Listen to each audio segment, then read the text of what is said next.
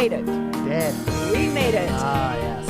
I am Ronnie Dahl, alongside the one, the only, the magical man, Mr. Tyler Keefe himself. So I have to extend a very, very huge thank you to Tyler for putting up with me this week. As you have noticed, maybe if you've been watching and listening to the Megacast, we have switched spots just so I can start to learn all the technical requirements that this job takes. So I appreciate you for your help and your assistance during this transition. I do think, like, when you're over 40 years old, it's harder to learn new things. I'm like, oh my gosh, this is hard. I'm not a button pusher. Especially during a pandemic, too, where, there's just so much stimuli every single day when you're in the working environment. It just makes that much tougher because your mind's always in a million different places with all this stuff. Exactly. So as we said, this is the Oakland County Megacast. What exactly does the Megacast mean? What is a Megacast? It's just that. It's a Megacast because you can not only watch us on TV, but you can also go to the web. Everyone has the web right now. It's on your smartphone, civiccentertv.com. You can find us there. You can find us on your cable access channels, channel 15 on Comcast, channel 99 on AT&T. But if you're out driving around, or my husband will actually take his old school transistor radio and listen to us when he's out practicing his golf shots in the backyard on 89.3 Lakes FM and 88.1 FM The Biff. So we pretty much have you covered in and out and through Oakland County. We make it as easy as possible for you to get all the latest information about what is going on surrounding COVID-19. I don't think any of us thought we would still be here at this point in time. No, I think we were all very wishfully thinking that this would be over by now. We get into the summer and we'd be able to get a hold of things and take care of this, but still a ways away, Ronnie. Oh, I'm telling you. Everyone have some patience. Just have patience. Yes. Hang in there, and we will all make it through this together. In fact, today we have a lot of exciting people that we are going to be talking with this hour or into the noon, or up until the noon hour as well. So for those of you that aren't aware, we are Monday through Friday live from 10 a.m. to noon. And we bring you exciting, knowledgeable guests each and every day. Today, we are going to be talking about college kids and their mental health. That's going to be hard going into this upcoming semester. We're going to be talking to the Bloomfield Hills Superintendent. These school leaders are really earning their paychecks right now as they try to continue to navigate getting kids back into the classroom, if that is the plan for some of the schools, and how they're going to do all that safely, and then making sure that the kids that are learning remotely are doing it and they're not getting lost in this process. We'll be talking about the Clinton River Watershed. Why is that important here? And the Chaldean Cultural Center. So we have a lot going on today, a lot of exciting guests that we'll be talking to, but we are going to actually start off the day with a quick look at our headlines. So if you want to head on over to civiccentertv.com each and every morning, click on coronavirus, and there you will find our headlines. We post them throughout the day, or sometimes in the afternoon, depending on what I'm actually doing, but I always make sure I start them and try to get them posted around 8 o'clock in the morning before we come on. So for all of you that's just tuning in, if you need to get your update. See, no one goes to the office any longer. Normally, you talk about these things around the water cooler. Right. It's not happening. So you know what? Just go ahead and tune in to civiccentertv.com or listen and watch us on all of our various outlets, and we will give you the information that you would normally get around the water cooler. That being coronavirus outbreaks reported at Michigan schools. 14 coronavirus outbreaks have been reported at schools this month in southern and eastern Michigan. The Michigan Department of Health and Human Services has been gathering case counts in schools, including K through 12 sites and universities. However, the department is not publicly disclosing the schools involved. Health departments will work closely with schools to make sure anyone who is at risk of exposure is notified and the proper procedures are in place, and parents whose children are at risk are notified. it has to be some hard news if you're a parent and you're sitting at home and you're still trying to decide, are you going to go remote? Are you not going to go remote? And how is this going to work for your family? And a big worry, too, for educators and for administrators in districts also that have been consistently worrying about this worst-case scenario that comes up where you continue in-person learning, you do all the right things, and there's still an outbreak in your school. This is something that's stressing a lot of people out, and it's going to be something that's going to be continuously tracked heavily as schools begin. Actually, yesterday I had the pleasure of being at Abbott Middle School in Keagle Harbor, where Oakland County Executive David Coulter and County Commissioner Kristen Nelson were on site to provide the West Bloomfield School District with 180 N95 masks. And in that Facebook Live that he did, and in that speech that he made and discussion he had with Commissioner Nelson and Dr. Hill, he had mentioned that a new tracking program specific to schools that's going to be utilized in Oakland County. And you can find that entire discussion and presser on our website on civiccentertv.com/megacast. Click on full interviews and it will be right there. In addition, we also had a great report from Jake Kustash, our booking producer here and co-executive producer here on the show, who put together a summary of how that program came together, why Oakland County is providing that PPE, and how other school districts that may have concerns about this can obtain N95 masks through the Emergency Operations Center in Oakland County. Great information, and again, you're not going to get a lot of that information all in one place other than right here on Civic Center TV. Mm-hmm. That's why this is a great program for all the people that are living here in Oakland County. Also on civiccentertv.com, this is going to be devastating to a lot of people, although I don't think it's unexpected. The popular Fall Festival canceled due to coronavirus. Michigan Renaissance Festival of Holly canceled for 2020 due to the pandemic. Annual Fall Festival recreates a fictional English village of the 16th century. Jim Peterson, he's the owner of the festival. He made that announcement yesterday on the festival website. Now, organizers are planning to hold the event in 2021. They're going to honor the 2020 tickets. Hold on to the tickets. Mark your calendars. 2021 event is scheduled for August 21st through October 3rd. Tyler, have you ever been? I have not, but I know people that have been, and they love it. And it's another one of those annual events here in Michigan that people are clamoring to go to and love to go to, and it's an experience for people that are Renaissance enthusiasts and those that are that don't really think about it all too much. They always have a good time, and it's another one of those casualties of COVID-19, another great event that's going to be postponed until 2021. And you think about all the actors and actresses, yes. They get so involved in their parts that they play at the festival.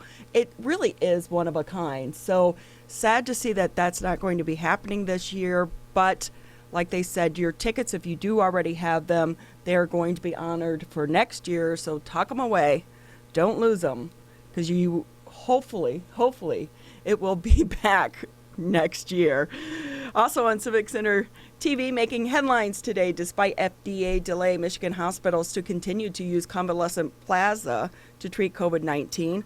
Michigan hospitals will keep using the plasma to treat certain COVID-19 patients. They're just going to have to keep jumping through additional hoops to be able to do so. That's after the U.S. Food and Drug Administration reportedly delayed authorizing the experimental treatment for emergency use.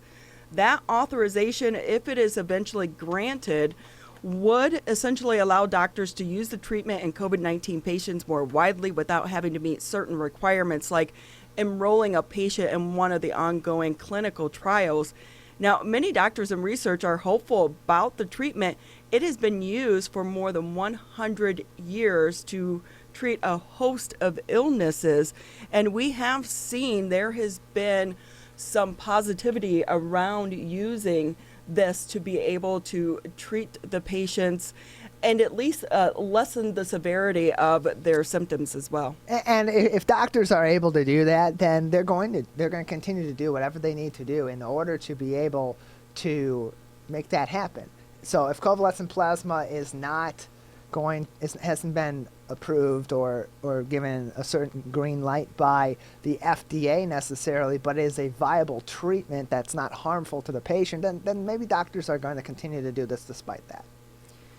A lot of treatments being looked at and in trials right now as all those in our healthcare industries continue to try to come up with a solution to this pandemic that we are all in the middle of. Also, right now, we want to go ahead and start off the show with a great topic that is going to be a very important topic coming out of talking about health is mental health as well. I think people talking about mental health kind of goes by the wayside, but one thing we are seeing out of the COVID-19 crisis, more and more people are beginning to recognize the severity of mental health and the importance of addressing it and making sure that we are taking it seriously and helping save lives. So we want to go ahead and bring in Dr. David Schwartz. He is the psychologist and director of the Oakland University Counseling Center over at Oakland University, which, by the way, you are our Facebook partner of the day, and we appreciate that. Hello, Doctor. How are you? Good. How are you guys doing? Thank you for having me. This is a tough time for everyone. And I think 5 months into it, in the beginning, people were adjusting. Students are going to start going back to school. Are you worried that there's going to be more students in need of your services? Oh, certainly. I think pretty much every expert across the board and even some recent research that just came out is showing that we're really expecting a surge in demand for mental health services. I just was reading about yesterday a new study put out by the CDC that said that they pulled a bunch of 18 to 24-year-olds to see how they have been doing in terms of their mental health and emotional well-being. And 1 out of 4 of them indicated that in the month of June, they seriously contemplated suicide. So we are already seeing higher rates of depression, higher rates of suicide, or thoughts of suicide anyways, higher rates of anxiety, obviously.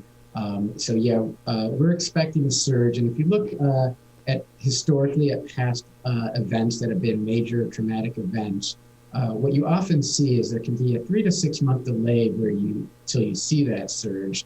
And a lot of the reason that is in those first few months, everybody is just, adjusting to everything, and everything is shifting from one day to the next. So thinking about your mental health and your emotional well-being, it's not a top priority during that time when you're just trying to get your bearing.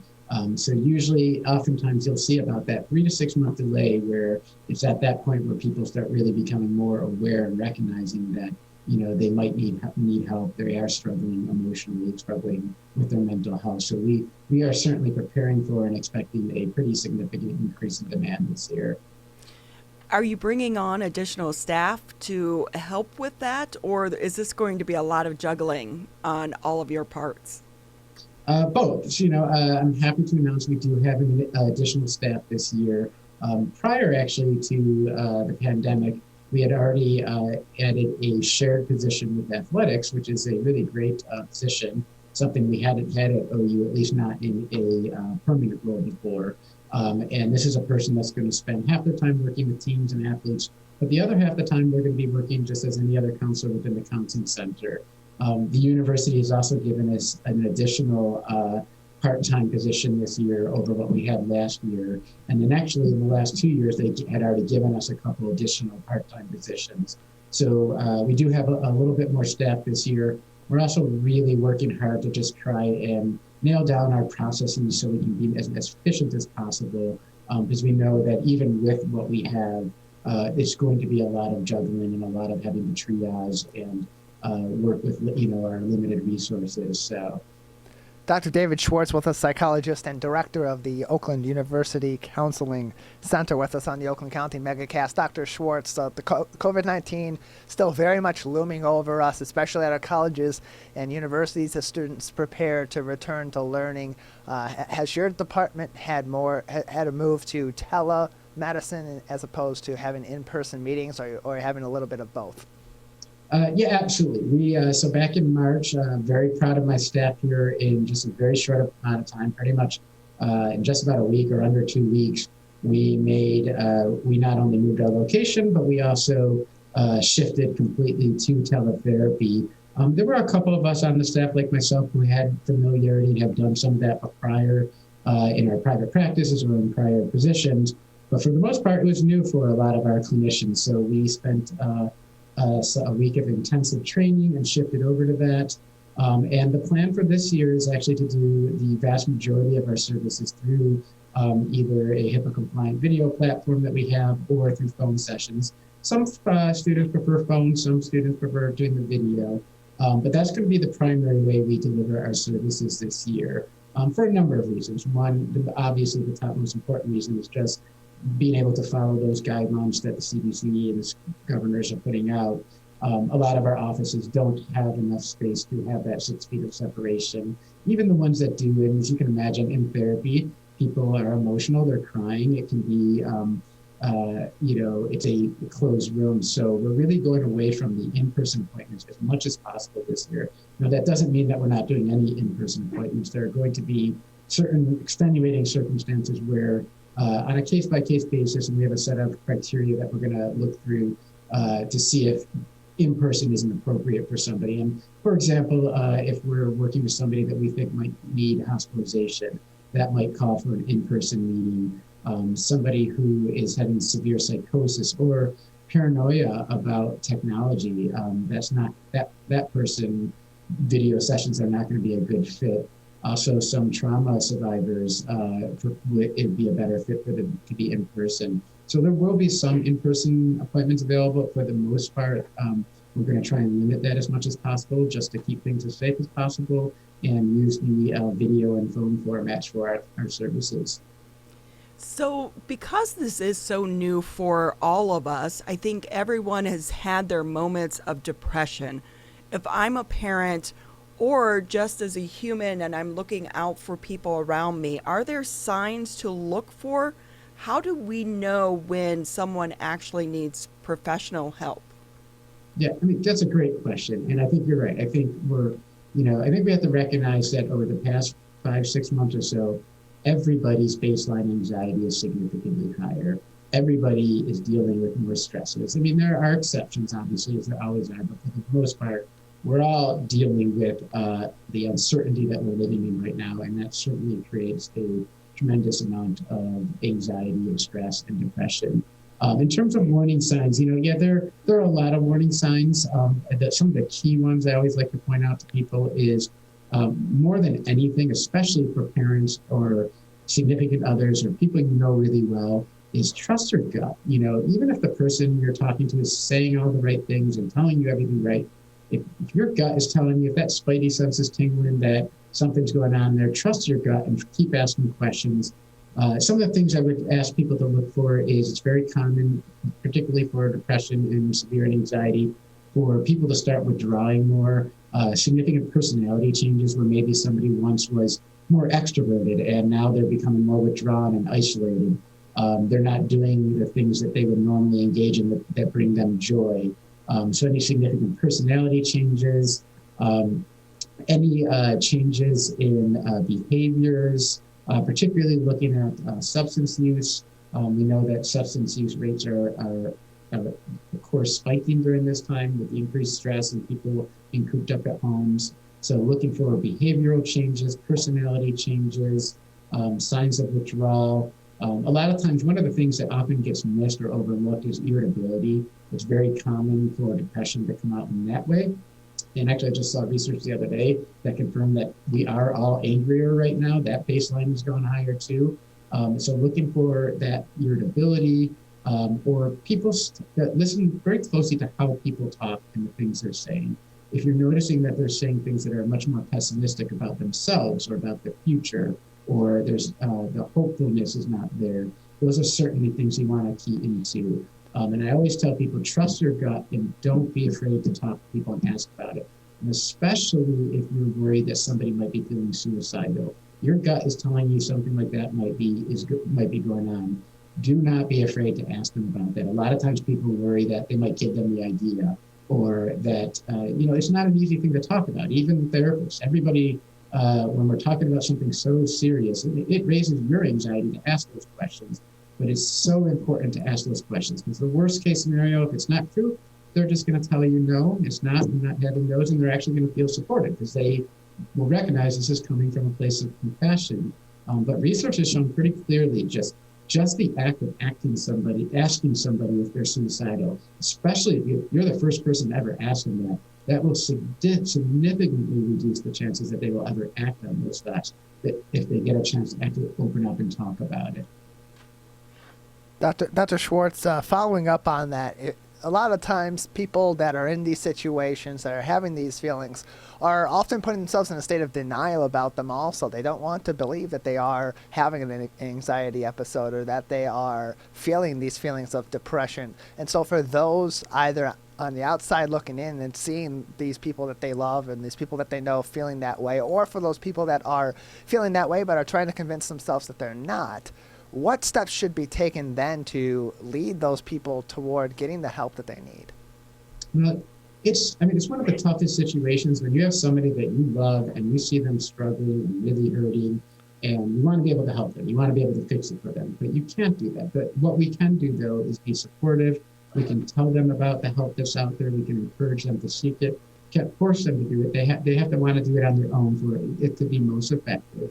But I think listening, active listening, and not, and letting the person be heard, being compassionate about how you approach them too, finding ways to talk with them, and asking them why are they hesitant, in not a way that's going to cause them to be defensive, but in a genuine way. Like, what are some of the reasons you're worried about? And maybe they might have some misconceptions about therapy, because there is a lot of stigma and a lot of misconceptions about therapy, what therapy is. But what we do know is it works. Research has shown over and over again, for something like depression, for example, close to 90% of all people who come into therapy walk away feeling fulfilled and like depression is not a significant issue in their life again. And, what I often tell people is, even if you don't believe it's going to work, and even if you don't want to go for 1 or 2 sessions just to see what it is. And chances are you're going to find it was helpful. And if it's not, at least you can say you tried. You don't have to sign up for, a lifetime of appointments or 10 appointments or anything like that. But really try and approach them with compassion. I always recommend, I know it's cliche, but it works really well, when talking with somebody, use I statements instead of you statements. When we tend to use you statements, it feels like you're pointing a finger, and people inherently just get more defensive. But when you talk about the I statements and what I have been seeing, and focusing on not things that are too personal, like the behavioral changes. Like, for example, if somebody is a student that's normally a really good student and they're withdrawing and their grades are dropping, focus on those changes and using that as a starting point to talk with them. And then I'd also say, if you have somebody, especially if you're a parent or a loved one, and they're really resistant, give me a call. Give one of any of our staff here at the Counselor Center a call. We are here Monday through Friday, 8 to 5, and we love when people call to pick our brains and consult, because we're often, based on hearing the specific situation, able to give really good advice about how you can approach it with that person, what type of things you can say that might help them see that this could be a huge benefit for them. David Schwartz with us on the Oakland County Megacast, director of the Oakland University Counseling Center. We talk a lot about the students, but what about the parents, especially first-time parents sending their kids off to college? I would imagine if they're stressed, could it be transferred to the student? And what advice do you have for parents? Oh, absolutely. Especially first-time parents and incoming freshmen, in normal times, that's a stressful period, right? And it's a new dynamic that both their child, and the parent are going to have to adjust to, right? Because it's a natural period of life where their children are gaining more independence and trying to figure out who they are and do more things on their own. And there's a balance there between wanting to be involved in their life, but not over-involved, and not, too distant either, though. And that's a really stressful, challenging balance. And it's not the same for everybody. Every parent is going to have a different balance there. One, I would recommend parents to trust your guts. You know your kids better than anybody, and you kind of know what they might need, but also listen to your kids and what they need. Yes, it's this year more than ever that I imagine parents are going to be very stressed out, because on top of all the normal stresses, now we have, all these other stresses added on top of it. I think trying to really put things in perspective is helpful. If you're a parent and you notice your anxiety is kind of maybe getting out of proportion, or it's not being coming out in a healthy way, maybe that's the time to take a step back and, kind of process it yourself. Do some of your own self-care before you talk to your kids about it, because you're absolutely right. If a parent is overly anxious, it's very likely their kids are they're going to pick up on that. Anxiety can be very infectious, right? And so I think having as many conversations as needed to talk about it, to process it with your children. I think good communication is going to be critical this year, both before, as they're transitioning in, but even once the students are on campus too. Dr. David Schwartz with us, the director of the OU Counseling Center, with us on the Oakland County Megacast. And Dr. Schwartz, as we're approaching the beginning of the fall semester, particularly for those incoming freshmen, those first-time university students, but really for everybody coming back, whether it be a student, whether it be staff member, whatever the case may be, what are some coping strategies that you and your staff are suggesting to people as they're dealing with the added stresses and anxieties of educating during the pandemic? Well, I think there's a number of things. One, I would say every year, regardless of what's going on, which is know your resources on campus, because like most universities, Oakland University has a tremendous amount of resources available to students. And yes, things might look a little differently in terms of how those resources are accessed this year, but there's not going to be any drop-off in services. I know for us with our teletherapy, I know a lot of students might be a little hesitant about that. But actually, research has been pretty clear on this. There's been a number of studies now that show that there really isn't a drop-off in terms of effectiveness of the treatment. Now, obviously, I think both therapists and client would much rather be there together, right? And there's some situations where that is better to be in person.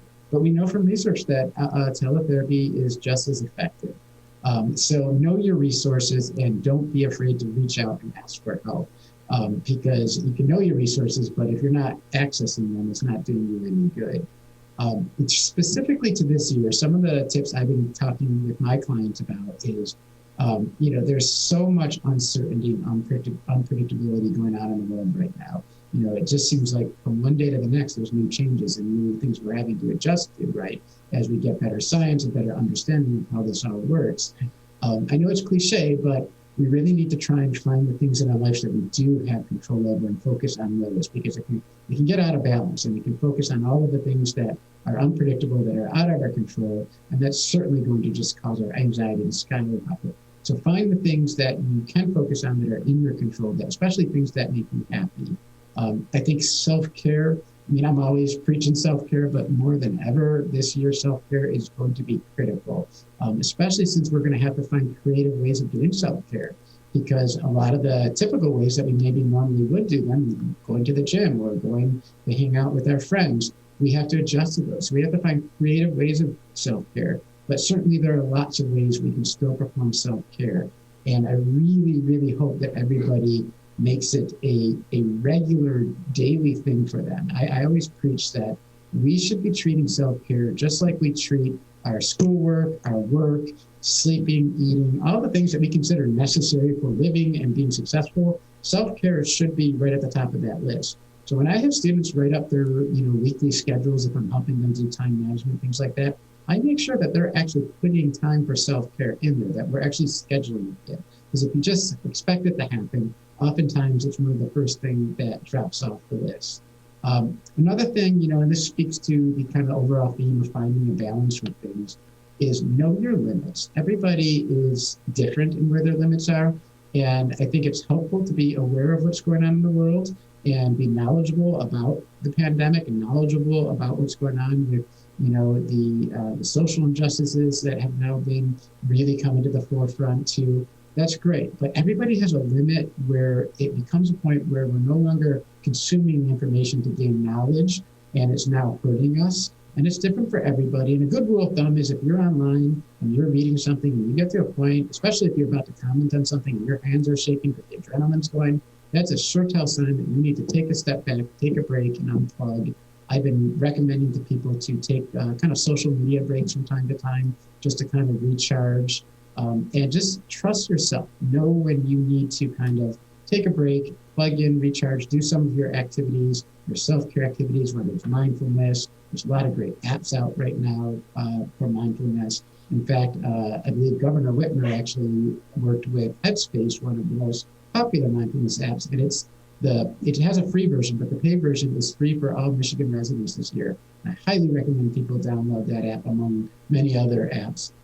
Use those tools that are available to us to engage in proper self-care and find that balance in terms of the information you're consuming.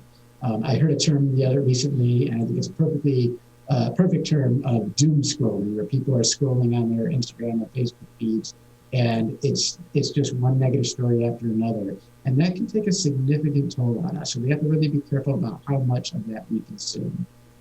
All great advice. I will say I've stopped going on Facebook as much during all of this. Before we let you go, students and parents, if they want more information about your services, how can they get that information? Well, a number of ways. There's our website. We're actually right in the process right now of completely updating and overhauling our website. So we've already got it somewhat updated, and over the next week or two, there's going to be some more updates. And so make sure to check that out. But you can always call us. We are always happy to talk with students, parents, professors, whoever it is. And it doesn't have to be an appointment. It could just be a 10-minute consultation on the phone where maybe you have a friend you're worried about and you just want a little advice on how you should approach them and handle it. Give us a call. There's nothing else I want people to take away from this is that help is available. Please do not be afraid to reach out to us and ask us for help for yourself, for somebody you're worried about.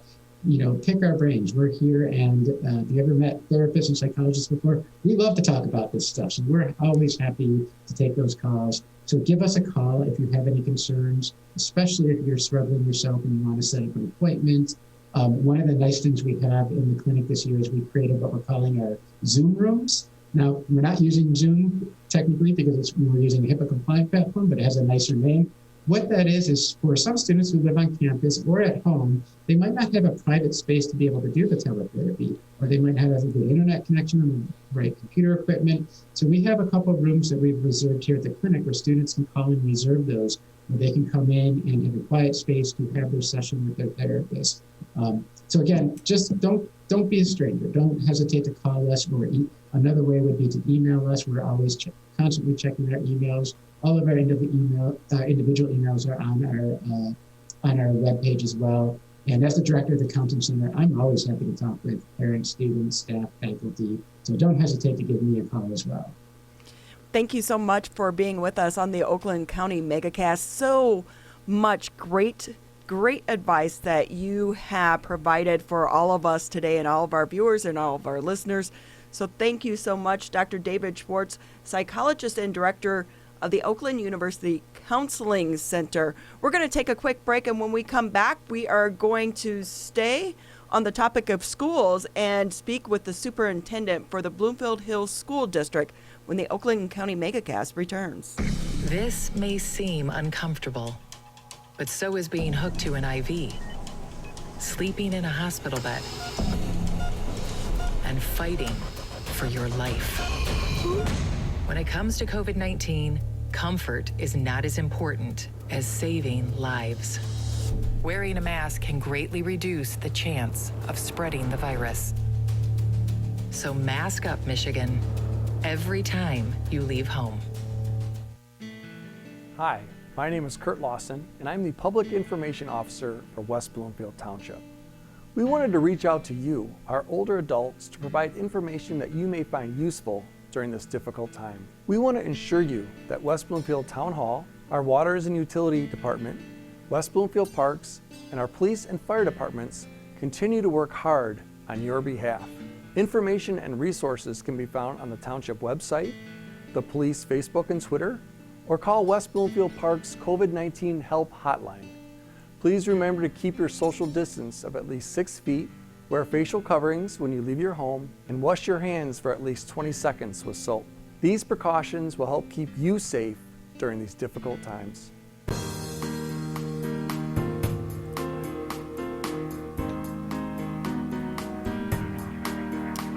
Welcome back to the Oakland County Megacast. I'm Ronnie Dahl alongside Tyler Keefe. And you can watch us on civiccentertv.com, Birmingham Area Municipal Access, or you can listen to us on the radio, 89.3 Lakes FM and 88.1 FM, The Biff. Right now, school is just around the corner. It's going to be here before you know it. However, it has been absolutely no summer break for the administrators and the superintendents and everyone working behind the scenes to try to help navigate this pandemic and how to get the kids back in the classroom. Right now, we want to go ahead and bring in Patrick Watson, Superintendent for the Bloomfield Hills School District. Thank you so much, Superintendent, for being with us. Good morning, and I appreciate it. Hope everyone's doing well. So, I guess the question on everyone's mind, are you ready? Is that a trick question or what? I think we're ready. We had a board meeting last night that lasted for about 6 hours, and we approved a phase-in plan to bring students back for face-to-face learning. We have about 70% of our community that wants to come back and 30% that have signed up to be in our virtual school. So when you're making those decisions, is it going to be all of them that are going to be given the opportunity, or all the students in all, grade levels are going to be given the opportunity to come back to the classroom, or will high school students be completely remote? So it's an opportunity for students to come back K through 12. And so we're looking to phase in our special education students, then kindergarten, elementary, middle, and high school. But we're doing something really unique that no one around us is really doing, especially at the high school level. With our hybrid program, the students will be able to remote in. So even if it's a day you're supposed to be at home, as opposed to in the building under the hybrid plan, you can remote into the building or into your classroom virtually.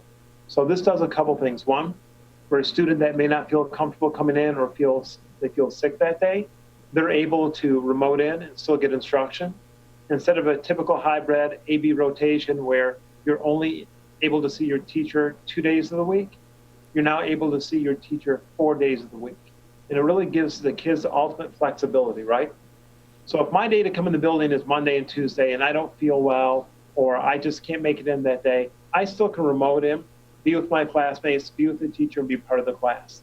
And then on Thursday and Friday, if those are my days to be at home under a typical hybrid model, it would all be asynchronous. There wouldn't be any live interaction. But because we're allowing our students to remote in, they now are part of the class on Thursday and Friday as well. So we're really excited about that, and it's something that's really unique to Bloomfield Hills. I'm thinking about this. What is it going to be like to try to keep track of the attendance? It's going to be an adventure. It was going to be an adventure either way. So we're working with our teachers on the best way to track attendance, because you're right. You need to take attendance for those that are live in front of you and attendance for those that are going to be home as well. So we're working on those procedures and protocols right now. So when the time is right and we're back, we can hit the ground running. Superintendent Watson, teachers have been working around the clock all summer long, formulating their lesson plans, changing them with their partnering teachers and so on. As plans have changed and new information's come in and old information has been modified. And a lot of that focus has been on how do you keep the classroom interactive and personal for these students so that they are able to tailor their learning to the subject matter and learn effectively whether they're in the classroom or out. How much of an emphasis have your team at the highest levels at Bloomfield Hills schools all the way down to the students, the teachers, and the families put those interests to heart in planning for the 2020 school year? Right, that's been a big part of our planning. And we're really focused on blended learning. Students don't want to sit there and have a lecture the whole time. We're also planning on making sure we build time so the students can collaborate. Is it going to look and feel different than a traditional school year? Absolutely. But for the most part, we're using Zoom as a platform, and that allows us to have the various breakout rooms so that the students can go work, collaborate either within a small group or a medium-sized group, and the teacher can kind of pop in and out. And that's going to be a big part of what we're doing this year. We want to build that type of sense of community with our students, whether we're in person or virtual. And that's why we felt it was so important to remote in. We didn't want those students on an A/B rotation that are at home for the day just to be by themselves trying to do work. This way, they're still remoting in. They're still part of the classroom. They can hear the conversation of their peers. And then when it's time within Zoom, they have those breakout rooms. Whether you're home or you're in person, you're still part of those conversations. You're still part of that group. So you're really doubling up the amount of interaction that a student would get with the teacher and their classmates compared to a typical hybrid schedule. Everyone having to think outside the box right now to make all of this happen, and it seems like you have been able to try to address all these different facets. The one thing we're seeing right now, the outbreaks that are being reported in schools across the state as they are starting to reopen, are you worried about that, and what plan does your district have in place if that does happen? Right, so we have about 28 different flow charts for protocols depending on what happens. And so we've spent time talking to schools in Louisiana, Mississippi, and Tennessee that have actually gone back live, actually for 12 days now, and really leaned on them for their best practices. We've also had colleagues we've talked to in Japan, Denmark, and South Korea who have phased in, bringing groups back one at a time or in small clusters, really make sure that, A, your protocols are working, and really to see kind of what's gone on. So we know that, there's the possibility of a student coming to school with COVID, and then depending on the scenario, we're not only capable, but we're willing to deal with what that means. And a big part of that is contact tracing. Right now, we're training 6 different people in our school district that can help with contact tracing. We know the county's going to do it as well, but we know we need to move really fast to make sure that we're able to identify anyone that's been around that student or potentially that teacher for 15 minutes or longer within 6 feet as part of the contact tracing protocols we have in place. I'm trying to think about how has this been for you and your team to try to come up with all these scenarios? You said you have like all these flow charts. Do you have like a war room that you're working out of? We don't, because we're social distancing. So it's kind of like Bill Murray and Groundhog's Day. It's like we're living the same day over and over and over. And then you know where the pitfalls are, you know where the mistakes are, you know where the next challenge is going to be. So each day you progress a little bit further until finally you get to the point where you have a plan that you can move forward. Another thing that we're doing is we're putting large tents, for the most part, 40 feet by 60 feet at all of our buildings, so that teachers are able to take their classrooms outside as much as possible. That allows them to social distance a little bit more. It allows the students to be outside, get fresh air, and it also allows them to spread out a little bit further than 6 feet when available, depending on how many classes will be outside. And we all know that if it's too hot outside or if there's minimal rain, students typically don't want to sit outside and do work at that time. But by having the tent, it provides the natural shelter for our students. And I know our teachers are excited about being able to take their classes outside as much as possible in the fall this year. Patrick Watson with us, Superintendent at the Bloomfield Hills School District, and circling back to some issues with the passage of COVID-19 through schools throughout the country. Locally, just yesterday, the West Bloomfield School District, one of your neighboring school districts, received 180 N95 masks through the Oakland County Emergency Operations Center. Are there any discussions between your team at Bloomfield Hills Schools and Oakland County about receiving more of that critical PPE for your educators, for your most vulnerable student population as you're approaching bringing students back into the classroom? There has been, and we've been really fortunate. We were able, through some contacts we have, to get PPE quite a while ago. So when you talk about the different type of masks, we were able to get the KN95. We were able to get the 2 different types of N95 masks. So you have the N95 that's foldable, and then the N95 that's kind of a hard shell. And we're also going with something called the Badger Shield, which is something that's very new. The University of Wisconsin designed it. So we've ordered quite a bit of those, which is additional protection.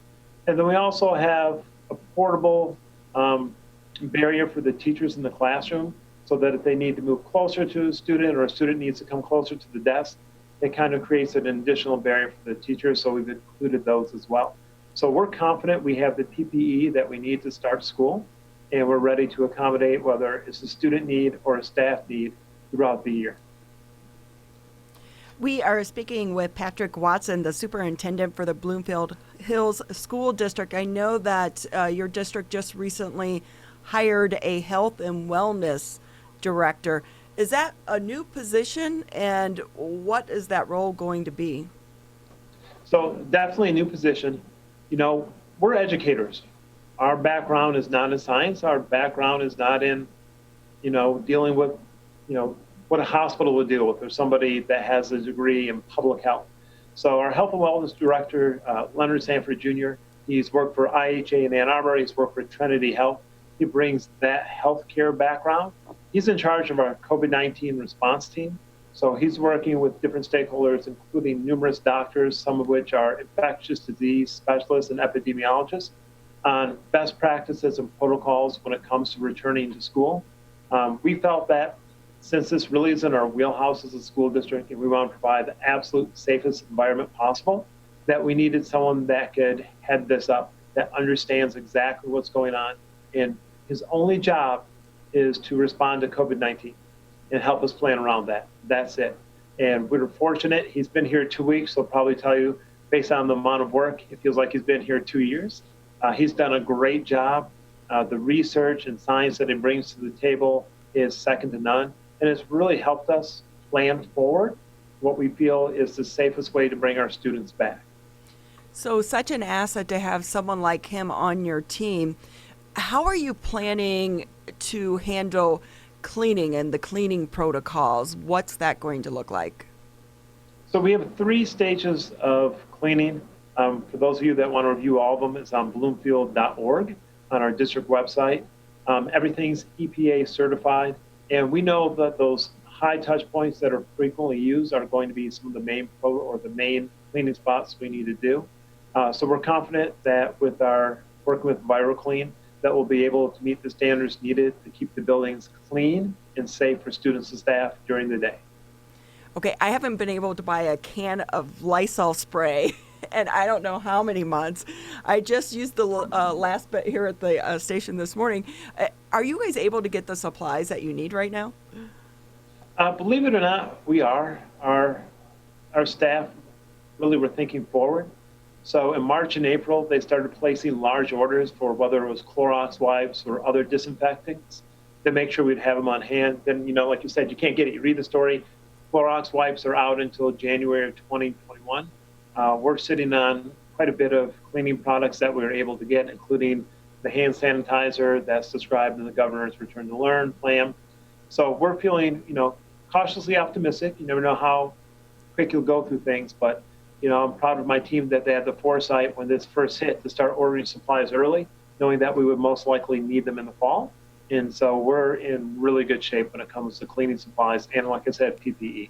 Patrick Watson with the superintendent of Bloomfield Hills Schools with us on the Oakland County Megacast. Superintendent Watson, so much of the experience of being a kid or a teen in school, it's the social aspects of school. You're participating in sports, participating in clubs. We've seen the MHSAA postpone the high school football and middle school football seasons until the spring. Other sports decisions are expected to come as soon as today. In Bloomfield Hills, in terms of other clubs and sports and so on, what is going on there? Are those going to continue on this fall, or are those being postponed by the school district in an abundance of caution? We really want to be able to run our extracurriculars with the expectation that they'll need to meet the same safety standards we have for students in the building.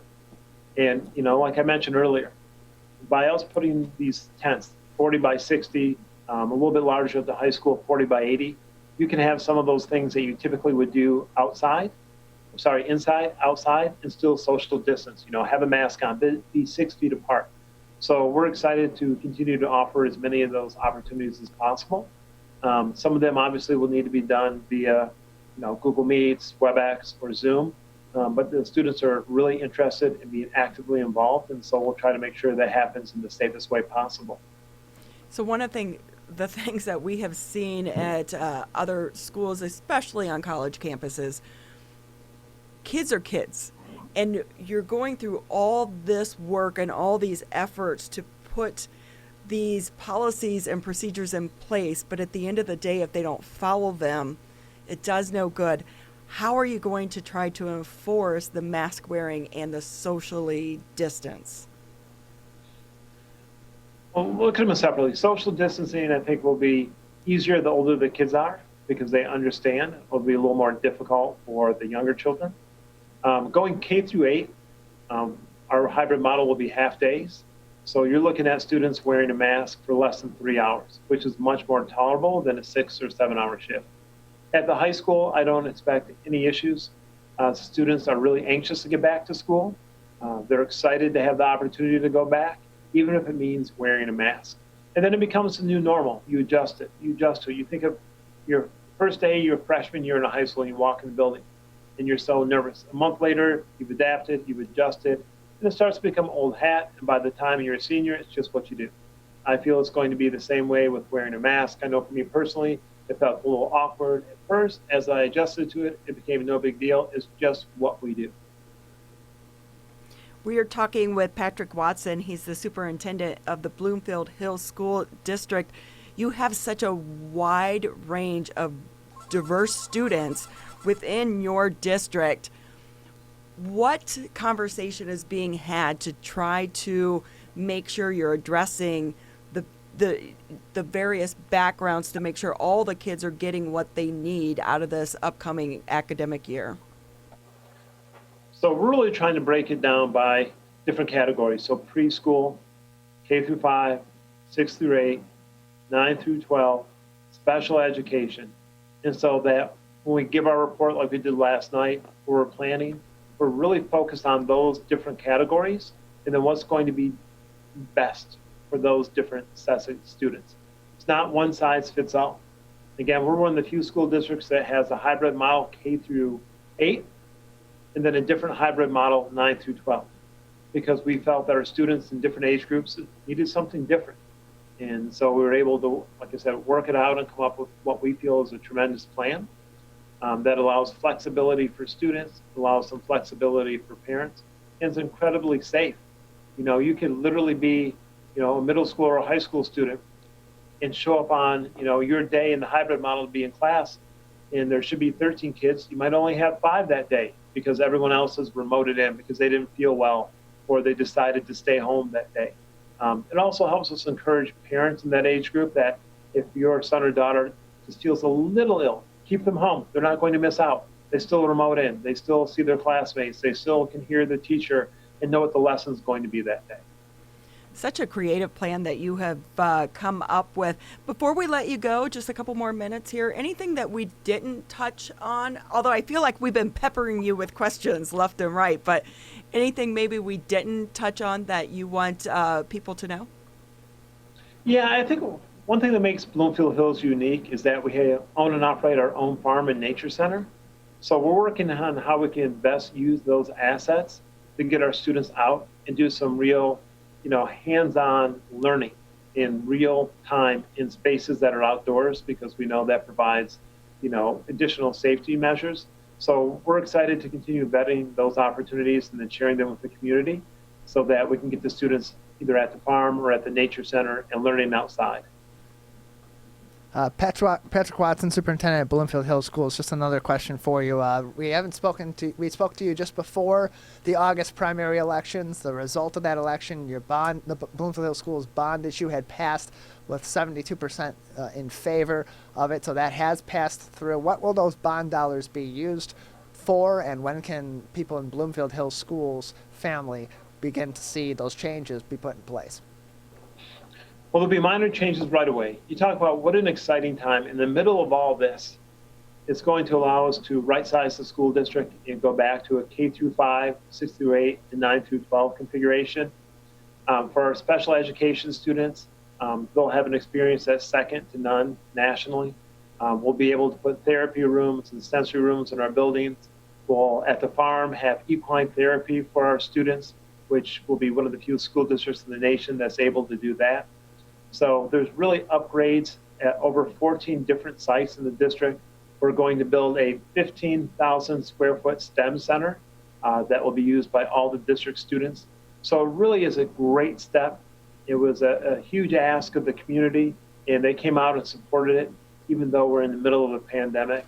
And I couldn't be more thankful for our community for passing that type of bond with everything that's going on.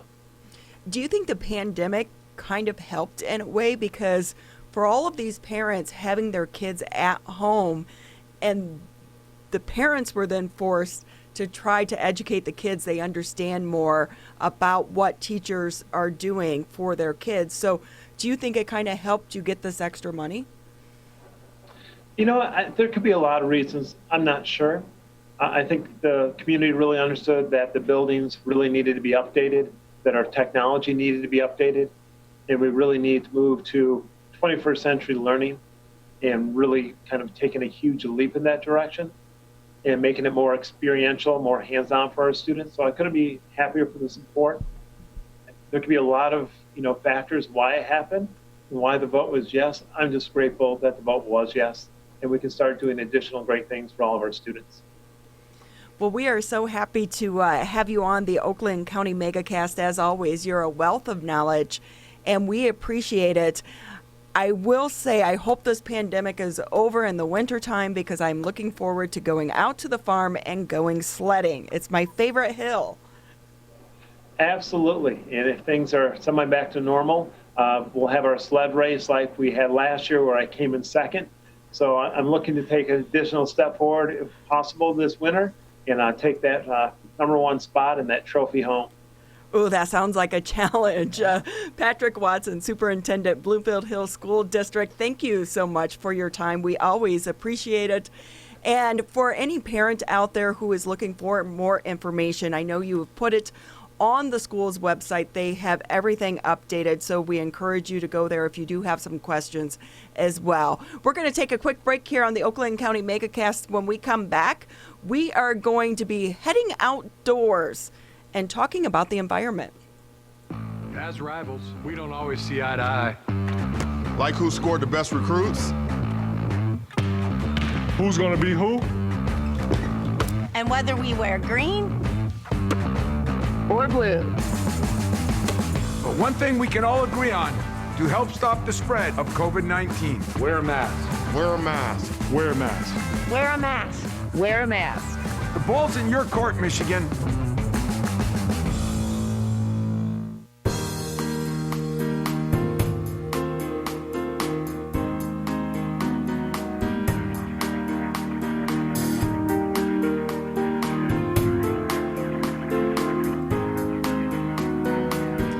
Great conversation with the superintendent. Yes.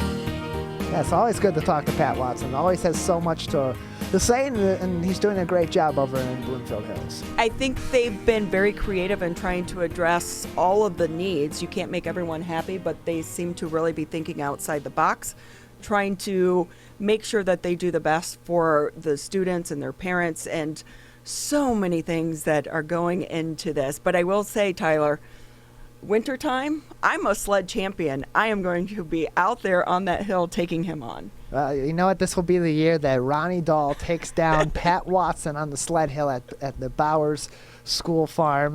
That'll definitely be interesting to see. It's going to be a thrilling matchup, the likes of which our community has never seen before.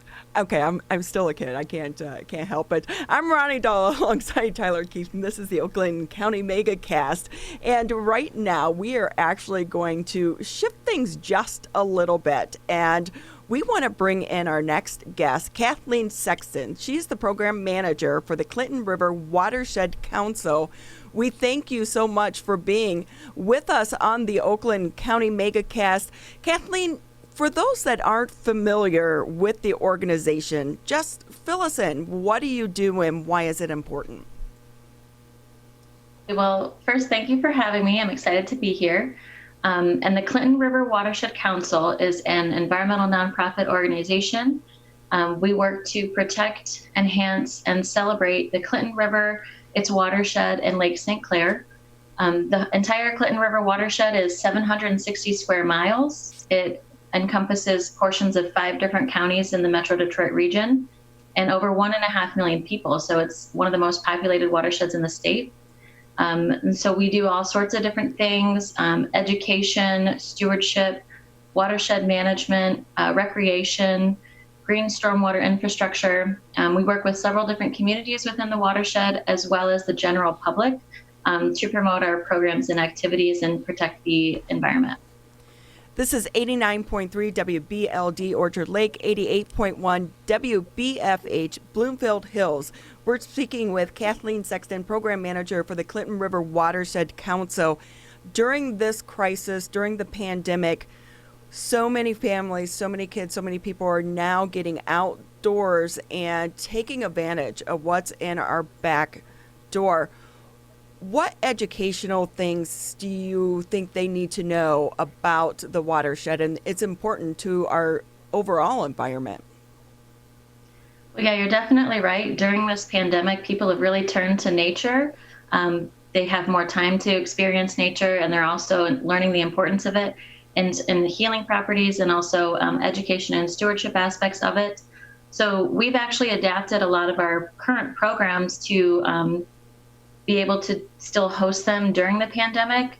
We've started a new program called the Clinton River Quest, which is a self-led scavenger hunt. And so you can go to our website, you can sign up. It's only $15 to sign up, and you get a t-shirt, a map, and a guidebook. And there are several different activities to choose from. They range from paddling, visiting a lake, visiting a rain garden or other green stormwater infrastructure, identifying a native plant or an invasive species, all different things to complete, but it's getting people outdoors and engaged, and also informing them about the importance of the environment and how they can take care of it. We've also, I'm sorry, go ahead. Well, we've also adjusted a lot of our typical in-person and indoor presentations to outdoor workshops. So we hosted an eco-acoustics workshop, which is the practice of listening to your environment to gauge its health, basically. We also just yesterday hosted a native and invasive plant workshop in Clinton Township, which was great. We got to go for a walk through the Nicholson Nature Center. We identified some native species, some invasive species, and talked about how some of these invasives can affect stormwater and flooding and the overall ecosystem, and what people can do at home to help prevent those effects or mitigate those effects.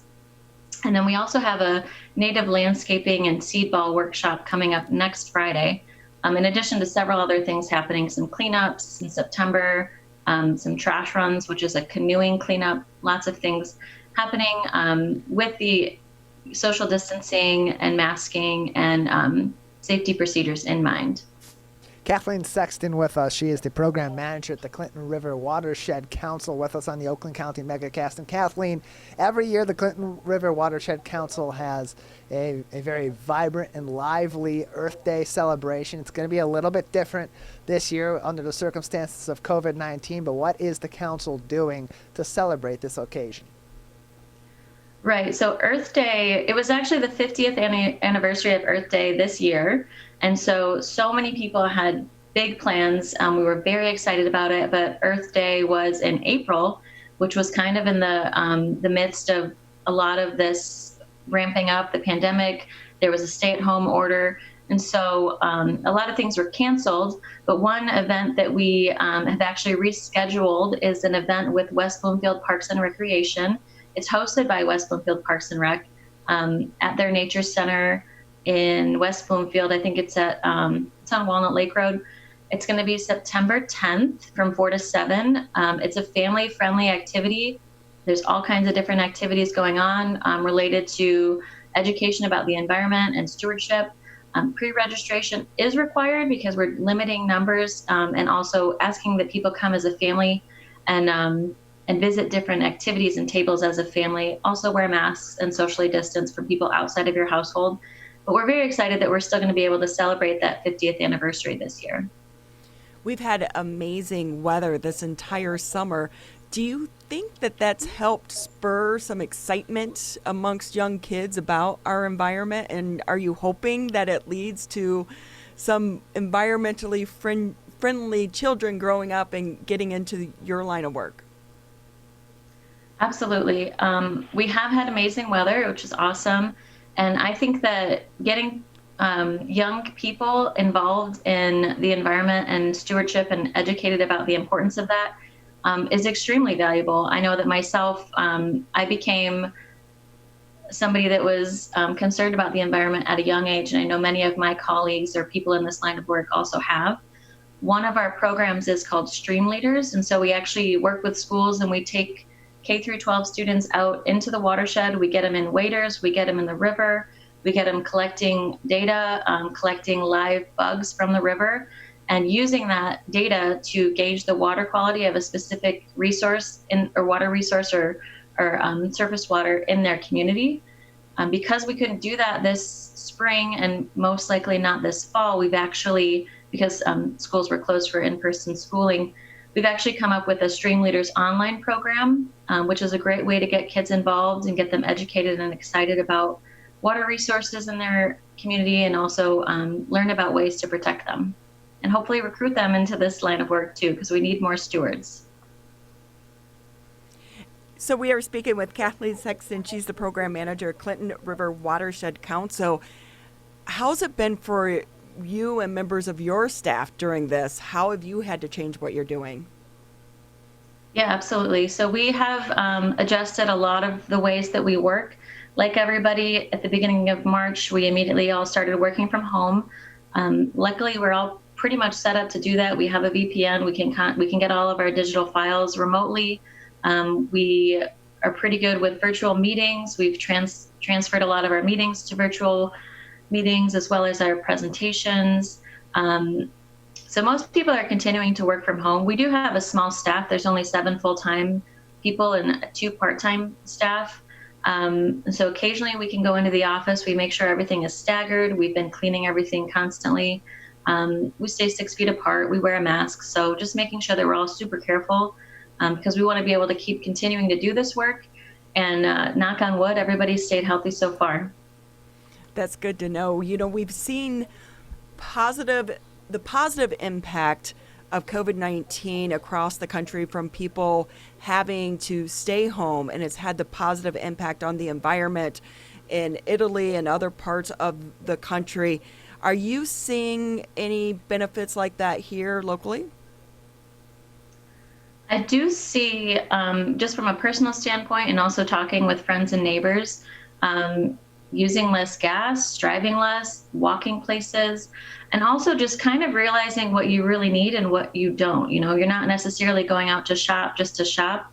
You're really sticking to the resources that you need. And so I think people are getting a little more mindful about their purchases and their driving and their resource use overall, which is awesome. Kathleen Sexton with us. She's the program manager at the Clinton River Watershed Council with us on the Oakland County Megacast. Coming up, you have more Adopt a Stream monitoring that the Watershed Council will be holding. Explain what that is and what Adopt a Stream can be engaged with by the community. Absolutely. So Adopt a Stream is our citizen science water quality monitoring program. So we recruit volunteers. We train them on how to monitor streams and tributaries within the watershed. They form a team, usually anywhere from 2 to 5 people. And then twice a year, once in the spring and once in the fall, we go out and we monitor different areas of the stream. And it's all volunteer groups. We also have staff do monitoring as well. But it really helps us get some awesome, we have baseline data going back 20 years, and it helps us get lots of boots on the ground all across the watershed. Like I said, it's a 760 square mile watershed with only 7 staff. So it's a lot more efficient to train volunteers on how to collect this data. And that way we can keep an eye on what's going on. If there's any changes, we know that maybe that's something that we need to look into a little more. And we also, if we're looking at the water quality, we can target areas that need help. What advice? I'm sorry. Go ahead. Well, we have a training coming up next Saturday, so you can visit our website if you're interested in becoming a volunteer for Adopt a Stream. And then the monitoring date is always the first Saturday in October. I think it's the 4th this year. I should have wrote that down. No, that's actually good, because it was kind of going into my next question is, if I'm a parent and I want to get my kids involved, but I don't want them to be near other people, can they even go out locally, maybe in their own backyards? Do you have that information on your website on maybe how they can organize it? Yes, absolutely. So we have information on the Stream Leaders page of our website. It has instructional videos, and they're only 2 to 3 minutes long. I know that any longer than that, people sometimes don't watch the entire thing, but they're really interesting. It talks about how to do monitoring in your own backyard. And then there's also interactive modules. So there's self-led modules that kind of, they're like a fun PowerPoint basically, but you can go through it and learn how to do the monitoring at home as well. And if you want to get involved with volunteering, all of our volunteer activities right now are any meeting that we have is less than 10 people. It's always outdoors and it's socially distanced. And we have a lot of activities that you can sign up as a family. And that way you don't really have to interact with other people outside of your household just to make sure everybody's staying safe. So you can visit our website or email contact@crwc.org to ask for more volunteer opportunities. Yeah, I know spring and fall is really your big time for so many of these projects and these cleanup projects. Did that go by the wayside, or do you think it's going to start to pick up? And, as people kind of do a volunteer cohort per se? Mm-hmm. So we actually were able to do a lot of our events in the spring and the fall just with changes. So we still held our River Day native plant sale. Instead of having it set up in our parking lot where people can come and buy plants, everything was pre-ordered, and we had their orders all set up. So they came on the day of. We put their order in the back of their vehicle, and they went on their merry way, and they had their native plants. So we've been able to do a lot of things just with adaptations. And so, for example, we have a cleanup coming up on September 19th. It's called the Clinton Cleanup. And this is an event we host every year where volunteer groups get together all across the watershed. And we have several different volunteer groups going out at once. But it's, instead of one giant group, it's several small groups. And so once again, it's something that can be done safely. The registration for that has closed, but if somebody's still interested in volunteering, our Clinton Cleanup Guide is distributed at the beginning of every September.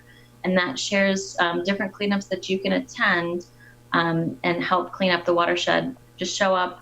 You'll get a grabber, a plastic bag, some gloves, a mask, hand sanitizer, a t-shirt, everything you need to conduct a cleanup safely and get involved in keeping our watershed clean.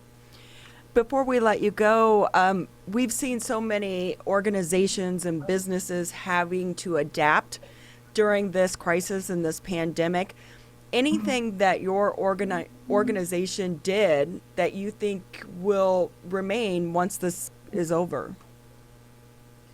I definitely think that transferring a lot of our presentations to virtual presentations and or outdoor workshops is going to become a permanent staple for us.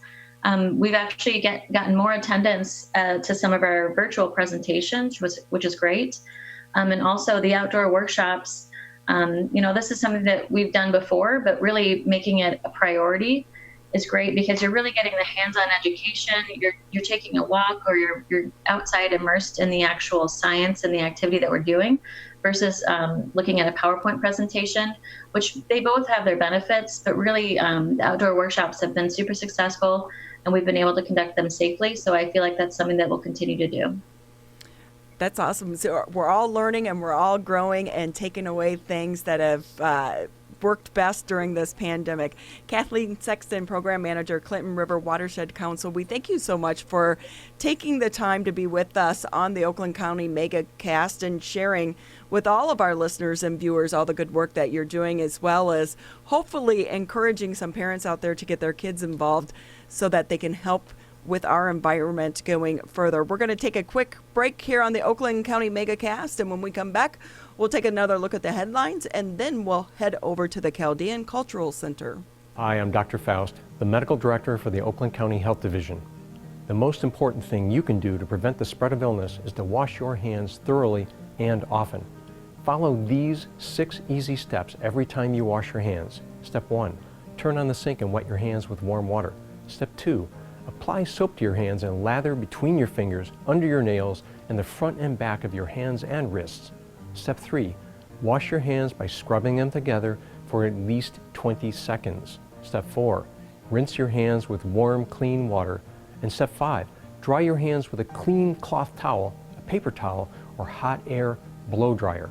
If you're using a cloth towel, make sure to change it often. For handheld faucets, turn off the water using a paper towel instead of your bare hand. Step 6. If you're using a paper towel, throw it away.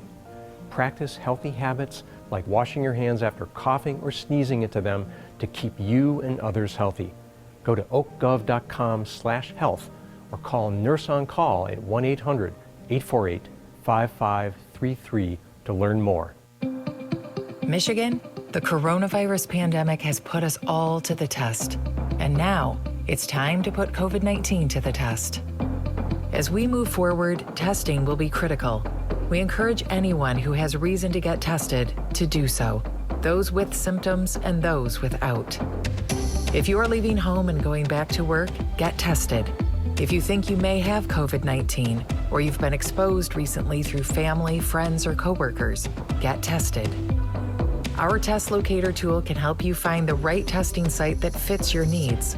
Even if you're looking for easy access with no cost, no prescription, and no appointment necessary, we've got you covered. Help Michigan move forward, not backward. To find a testing site or learn more, visit michigan.gov/coronavirus test. A message from the Michigan Department of Health and Human Services.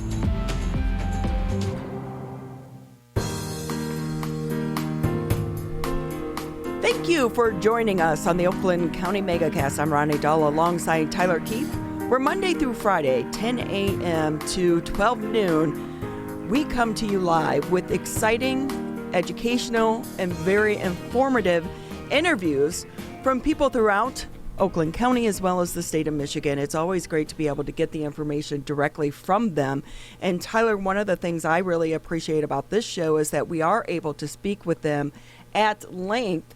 And in doing so, we get a lot of information that is important to all the people that are listening and watching. Yeah, and it's not like a typical show that you would see on other news programs or even on news radio, where you get just a quick bite of the most important information and the very raw details and the very specific details of each of those specific topics. With us, we're able to go into more of those raw details, the nitty-gritty, the planning, the execution, the thought processes, and that gives people a more in-depth look in the key decisions that are being made and what's going on in their community.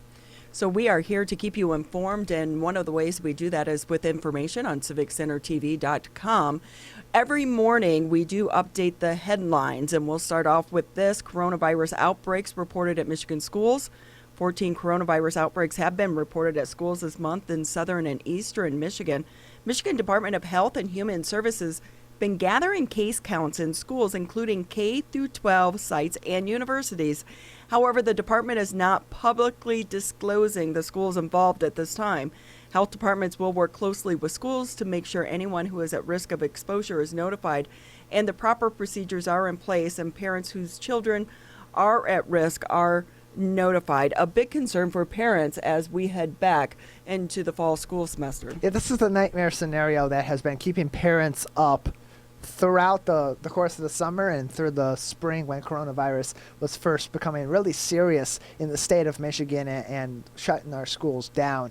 This is something that they're exceptionally worried about. It's why many parents have had the option to opt into virtual learning for their children, have done so, and why our schools also are working so hard and consistently changing their plans to prevent these kinds of outbreaks. And I believe they'll continue to change them going in, and the numbers dictate how they handle going forward. Also happening at civiccentertv.com, popular fall festival canceled due to the coronavirus. Michigan Renaissance Festival, it is a favorite. It's out in Howley. It's been canceled for 2020 due to the pandemic. Annual fall festival recreates a fictional English village of the 16th century. Jim Peterson, who owns the festival, made the announcement on the festival's website yesterday. Organizers do plan to hold the event in 2021. They're going to honor all 2020 tickets, so hold on to them.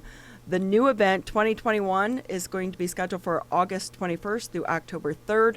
So if you have tickets to that, hold on to them and go ahead and plan your calendar now. Yeah, mark your calendar now. COVID-19 hopefully will be gone by then. We don't know. Who knows at this point? But maybe sometime soon we'll be able to have some fun again. I will say, Tyler, you haven't been. You need to go. It's an experience. It is. It's a lot of fun. It's a very unique festival. Tyler needs to get out more. I keep telling him, get out more. I'm a very boring person. You're not boring. You're just here too much. Get out. Live life. Also on CivicCenterTV.com, despite FDA delay, Michigan hospitals to continue to use convalescent plasma to treat COVID-19. They're just going to have to keep jumping through a few additional hoops at this time to be able to do so, and that's after the U.S. Food and Drug Administration reportedly delayed authorizing the experimental treatment for emergency use. That authorization, if it is eventually granted, would then essentially allow doctors to use the treatment in COVID-19 patients more widely without having to meet certain requirements, such as enrolling patients in an ongoing clinical trial. Now, many doctors and researchers are hopeful about the treatment. It's been used for more than 100 years to treat a host of other illnesses as well. So hopefully that's going to be going forward as other health institutions continue to try to work on a vaccine to get us through this pandemic. Yeah, and if something's been helpful and it's been shown to be helpful, I mean, even the American Red Cross had been asking for more donations of convalescent plasma because it had been, for the most part, a viable strategy in reducing the severity of symptoms. It by no means cures COVID-19 in those patients, but if it can help people have less severe symptoms when they are infected, that's got to be something that doctors want to do, to use to put their best foot forward in treating those patients. We are all ready to get back to normal, but in the meantime, we're still in the midst 5 months into this pandemic, and we're still all adjusting, and that also goes for our cultural centers. Am Namu, Executive Director of the Chaldean Cultural Center, is joining us now on the Oakland County Megacast. Thank you so much for being with us. Hi, thank you for having me. How has this been for you and members of your organization? Hard to navigate? Originally, yes. We were kind of just very confused like everybody else. We were still working at the office when it got to the point where, our chairperson said, what, it's really time to go home and be safe. But they said, continue working, because we wanted to continue a lot of our programming, which we started thinking of what we can do with them, whether we do it through virtual online programs. And I got to tell you, there was a couple of organizations that were very helpful in this process. One which was Culture Source. So the executive director, Omari Rush, he was just great, because the first thing he did is he just said this: we're going to have CEO meetings weekly to help through the process. And then we felt like, okay, we're not so alone. And then you heard stories where people were really maybe even doing worse, where they had to shut down pretty quickly, whereas we maintained, we closed because of the quarantine, but we continued to work. So it was really important to have that kind of community support. So, your cultural center offers such an important service to the community, but for people that haven't been there and aren't familiar with what you do, can you tell us about the center? Yeah, well, the beautiful thing about the center is was founded in 2003. But early on, what they decided to do is create a museum in order to help preserve the history and the culture of the Chaldean people. Now, most people are, especially outside of Michigan, but in Michigan, a lot of people are getting acquainted with who Chaldeans are. But there's such an incredible history to these people that dates over 5,000 years ago. And they were that's where the cradle of civilization started in Mesopotamia. I think there's sometimes a disconnect from that region, because the name was later changed to Iraq in 1921 when the British occupied that region, and they changed the name. And so it wasn't until 2003 that people started making the connection of where Iraq really is. It was due to the war that they started becoming more familiar with that region, and that it holds such a rich history that unfortunately is overlapped by all the things that happened, the political the wars, the violence that takes place there, and that seems to be the focus. However, the Chaldean Cultural Center focuses on the beauty and the history and the magnificent history and heritage and culture of that region. So, like you said, a lot of people outside of Michigan, they are not familiar with Chaldean and the Chaldean culture. How did Michigan become such an attraction for Chaldeans? Well, originally, the Chaldeans started coming to Michigan because of for job opportunities, for economic purposes. They also felt comfortable that there was already a community here that was the Syrian and the Lebanese community, and they had couple of things in common, including the language. They both spoke Arabic, so they can understand each other. And so this was part of the attraction because we're very tribal in a sense that we have extended families, and we kind of like just, it's very hard, the language barrier. So that was one of the reasons. And then the Ford plant was offering that $5 a day, which was very lucrative. So initially that was the reason. The reasons changed over time due to wars and then the Chaldeans going through a lot of persecutions and even as recent as 2014 massacres. Naturally, they came to where their families are, which that was how I immigrated here in 1981 because my brother petitioned us. He already lived here and had a family here, and he petitioned us to come. Leanne Namu with us. She is the executive director of the Chaldean Cultural Center with us on the Oakland County Megacast. And Leanne, earlier you had mentioned how the Chaldean Cultural Center is preserving all that great, rich history of Mesopotamia, of that region that's now known as Iraq, that has so much connection to the history of a lot of what we use today, such as writing, such as the battery, even beer to an extent has a background in Mesopotamia. Talk about some of the history and those connections that we're able to experience at the Chaldean Cultural Center and Museum. Well, okay, so what I keep finding out, including from somebody who is a writer about Aramaic, we had a visitor yesterday from California who came just to see our community because he's writing a book to preserve the Aramaic and Chaldean heritage and language. So what he found out that he didn't know was that the first recorded writer in history is Enheduanna, a woman from ancient Iraq. She was the daughter of Sargon. He was a king. And she basically, the reason she is considered the first writer in history, it's not because she was the first to write anything, because there was writings before then, but she decided to make history by signing her name at the end of the poetry. And in her poems, she would write, "It is I, Enheduanna, who wrote this." Most people are not familiar with this. This is the first writer in recorded history, not male or female, just the first writer who decided to sign her name. And she was a very powerful woman in that region. So that's one thing that I have discovered very few people know, including people in our community, because one of the things that we did not grow up in a society where we could learn about our heritage and our language. We were oppressed in that sense, and you can't learn anything past 1400 years ago. And so we discovered who we are here in the United States, particularly in Michigan, which has the highest concentration of Chaldeans. Before, it was said to be the second highest to Iraq. But that's not really the case anymore because of all that has happened there. Another interesting fact is that beer, the first recipe of beer was found in ancient Mesopotamia. And there was a goddess goddess Ninkasi, she was the goddess of beer. And she had a certain recipe where she had the priestesses do a fresh brew of beer every single day because it was considered healthier to drink beer than some of the water that was available to them.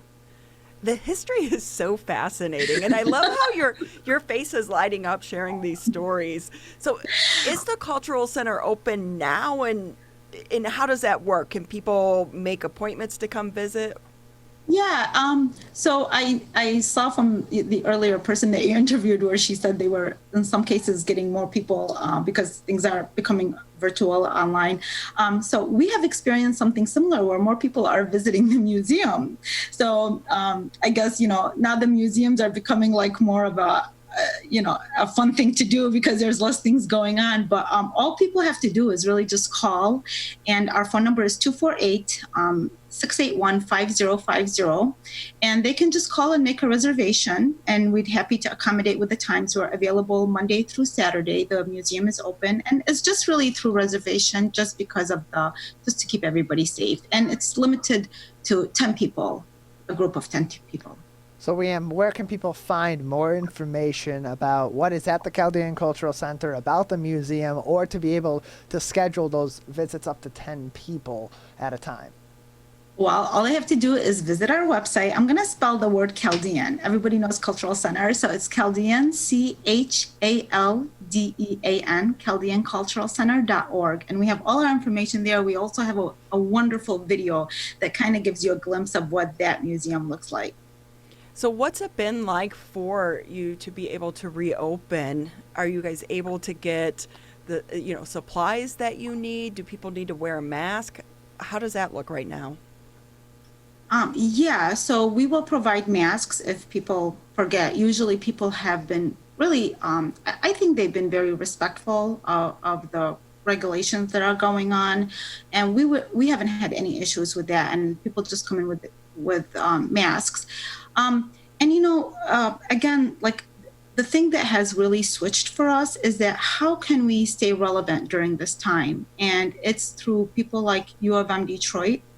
We've collaborated with them. For instance, today we have a lecture series that now we started, which they helped train us on how to do that. And once a week, we interview somebody, whether it's an author, an artist, and that keeps us relevant. It also allows us to reach people that we otherwise might not have been able to reach. For instance, last week or 2 weeks ago, our guest was an artist, a very famous artist and writer of a Mesopotamian background, and he lives in California. And I think before, it seems like the difference is we would have when I was in contact with him, I'm like, oh, whenever you're in town, let us know. We'll do a book signing or something like that. And of course, that's wonderful. And that's something that we will do in the future again, once things go back to normal. But in the meantime, we have found communities that really try to see, like, how can we help each other? For the U of M Detroit Center, if it was them that, when they offered to help and they train us and they go online with us so we don't screw things up. And that's just wonderful. Even what you're doing right now is just a really wonderful service. So it's kind of just trying to see, like, how can we stay relevant and continue to provide the services. And also, like I said, our heritage and our language, we were on the verge of extinction if it wasn't for having a home here in Michigan. And the second largest community is in San Diego. And so we're very, very fortunate that we can keep this culture alive through these opportunities. So the lecture series, they're virtual, and are they open to the general public? Yes, they are. And so if we have a Facebook page, and if you go to find us at Chaldean Cultural Center, you will find our upcoming events. You can sign up for them. What we do is, we have it on Zoom initially, and then we post it up live. We have Namu with us. She is the executive director of the Chaldean Cultural Center with us on the Oakland County Megacast. And so much changes have been made to programming at museums all throughout the local area, all throughout the country, with these virtual programs coming into play due to the pandemic. After the pandemic passes and you go back to normal operations, will these kinds of mitigation tactics that have been used to continue programming during the pandemic remain in place, maybe even after this is passed? Yeah, because some of them we view it as opportunities. What has happened to the minorities in Iraq is they're now all over the place. And we don't even know really who lives in what countries, and we're trying kind of to bridge all of that and bring them together. And we feel like online virtual events can help do that, where they can feel connected, they can see their identity somewhere. They've gone through a lot of trauma, and their identities are really that they've lost connection with that. Before this, we did a mobile museum where we would go to the schools and do a presentation about the Chaldeans. And the Chaldean little kids would see themselves on that screen and their face would light up. And the non-Chaldeans would feel like, oh, this is so informative. I did not know that about my friend, about my neighbor. So it's just really is getting to know a group that's just kind of like the Native Americans that has a history. It's the indigenous people of Iraq. And we, we have something to say and to provide, and we have the opportunity here to have a voice to do that. The internet is great for opportunities like that. However, nothing also replaces in-person meetings and tours and book signings. What I love is you were saying about the cultural center with the kids and allowing for kids to see that, when we see people that look like us, then we don't feel so alone. So being able to teach young kids about different cultures expands their horizons. So for people who aren't familiar with Chaldeans, what do you want them to know? Well, most people know, the people in Michigan know us to be Christians and that we're a very faith-based community, and that is very true. However, there's a history that dates back long before that, and we contributed a great deal to society. As I said, some of the inventions that were made there. So I think to just see us as that and not kind of just see, okay, these are the Christian Iraqis, but there's a lot more to us than that. And also that sometimes we are misunderstood because of the fact that we have gone through so much oppression and persecution and massacres. So sometimes we seem like we're in a little bubble, and it has to do with where we came from. It's a lot of trauma, and the difference between us and other communities that are here is that the other communities have been here longer. And so they have been able to evolve out of the survival mode to more cultural and expression and the very healthy aspects of society. We're kind of in that phase still where we're trying to heal from the traumas and to kind of get out of the survival mode, because sometimes people don't even remember that we don't need to be in that survival mode anymore. You're a beautiful community. We have a lot of Chaldeans that live in my subdivision, and you're very, very close-knit. And that's what's so great about it is you pick each other up, and everyone lifts one another and coming together. And not just with their fellow Chaldeans, but with all of our neighborhood, too, as well. So real quickly, before we let you go, do you want to let people know where you're located so that it's just easier for them to find you? Yes, so we're in West Bloomfield, 5,600 Walnut Lake. And so that's where they can go for the museum. And we are trying to also expand programming in other areas so we can reach people in Sterling Heights. Again, there's a large population in Sterling Heights, and even Detroit. I mean, we would like to expand so that we understand that it's not sometimes very easy to get to the museum. So if you can't get there, we're going to find a way to get to you. Well, that is awesome. You and everyone take the time to visit their website. A lot of great programs and great lecturers coming on to explain your culture as well. Thank you so much for being with us on the Oakland County Megacast. Thank you for having me. This was fun. Thank you. Well, you have a happy day. We're going to take a quick break here on the Oakland County Megacast, and then when we come back, we'll speak at length with our last guest, and we are going to focus on the state of Michigan and tourism. What does that look like right now? And is there hope for the future that things are going to be picking up? We'll be right back on the Oakland County Megacast. Michigan, we're calling on you to save lives. Don't ignore it. Don't let it go to voicemail. It's urgent. In fact, it's critical. Because if you've been in close contact with someone who tests positive for COVID-19, you may have been exposed to the virus. And you could get a call from My COVID Help or your local health department. So please answer the call to learn how to protect yourself, your family, and friends. We're calling on you to stop the spread of COVID-19, to make it safe to reopen businesses and help Michigan move forward. So if you get a call from My COVID Help or your local health department, you may have been exposed to someone with COVID-19. To protect us all, answer the call. Learn more at michigan.gov/containcovid. A message from the Michigan Department of Health and Human Services. Hi, my name is Kurt Lawson, and I'm the Public Information Officer for West Bloomfield Township. We wanted to reach out to you, our older adults, to provide information that you may find useful during this difficult time. We want to ensure you that West Bloomfield Town Hall, our Waters and Utility Department, West Bloomfield Parks, and our police and fire departments continue to work hard on your behalf. Information and resources can be found on the Township website, the police Facebook and Twitter, or call West Bloomfield Park's COVID-19 Help Hotline. Please remember to keep your social distance of at least 6 feet, wear facial coverings when you leave your home, and wash your hands for at least 20 seconds with soap. These precautions will help keep you safe during these difficult times.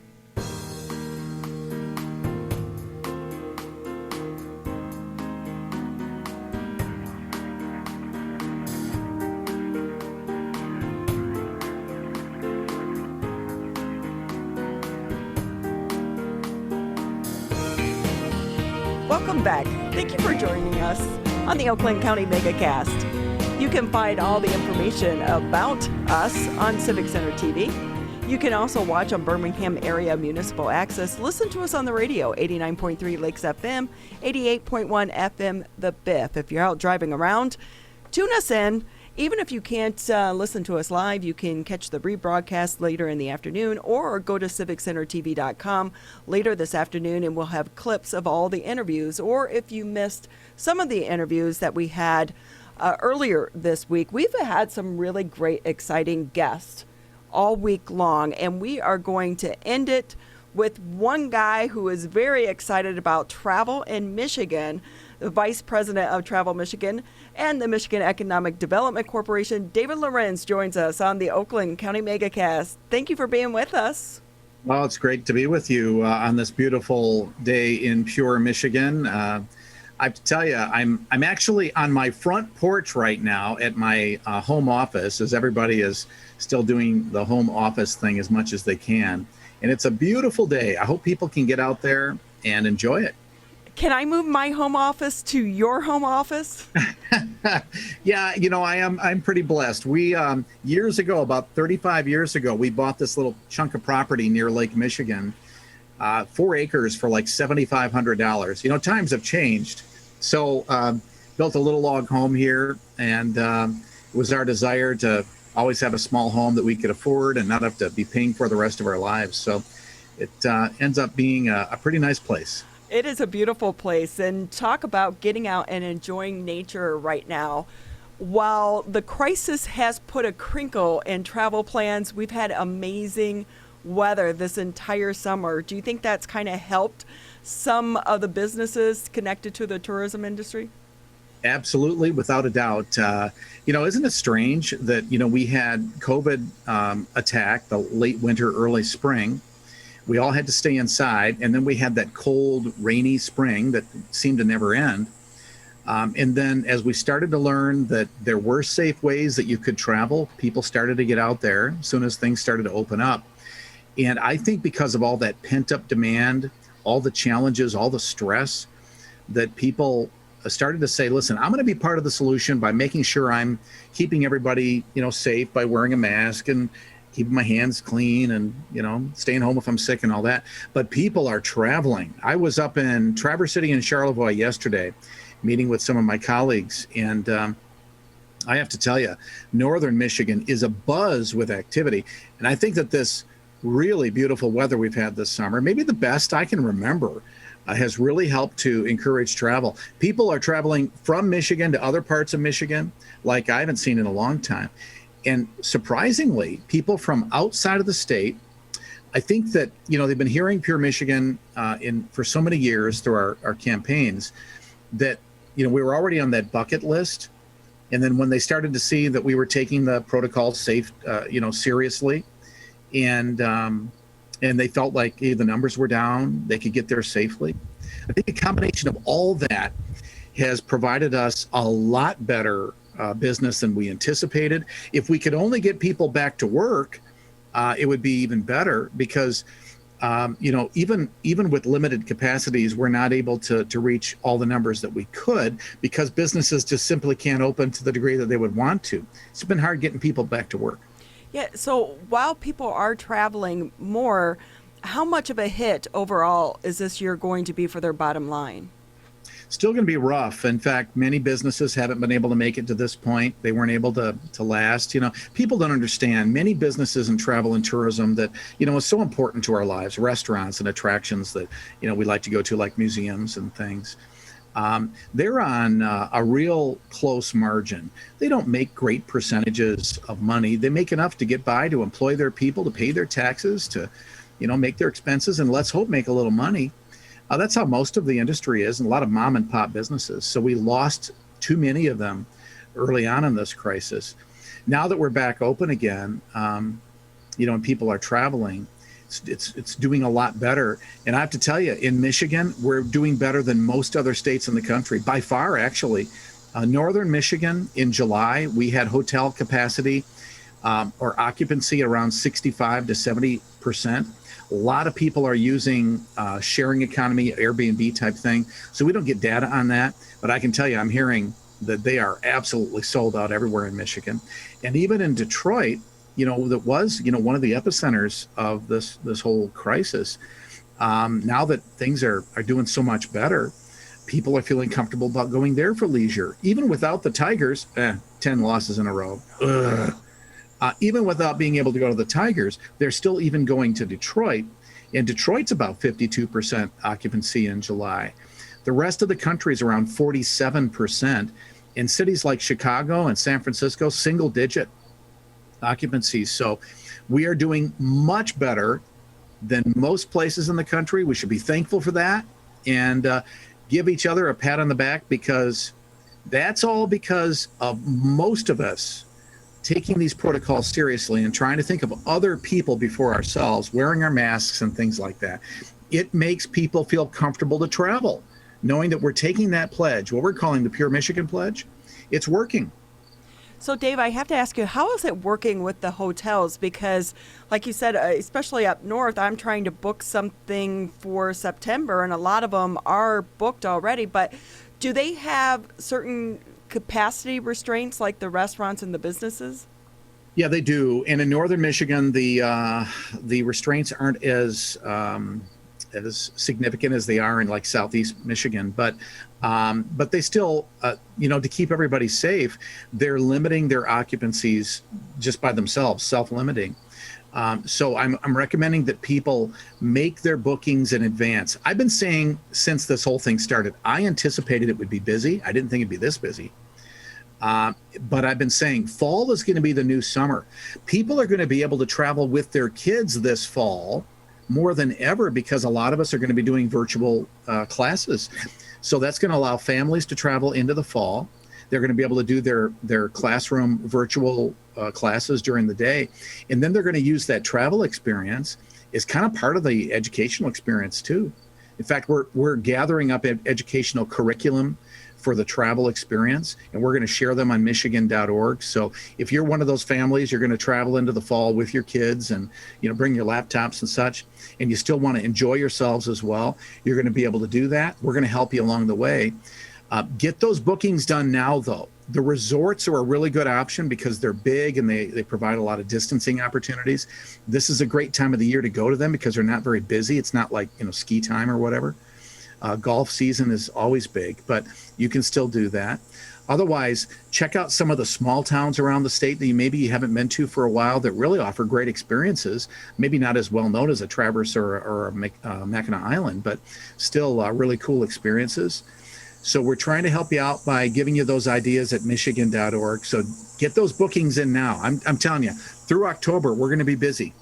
Dave Lorenz with us. He is the Vice President of Travel Michigan with the Michigan Economic Development Corporation, with us on the Oakland County Megacast. And with all these people are traveling and are going throughout Michigan, people are coming in to the state to experience Pure Michigan. Earlier on in the program, we had Kathleen Sexton on the show from the Clinton River Watershed Council, who had said that they're seeing more people engaging in nature now than they ever have before, as people are trying to get away from the virtual realm that they've been stuck in since March because of the pandemic.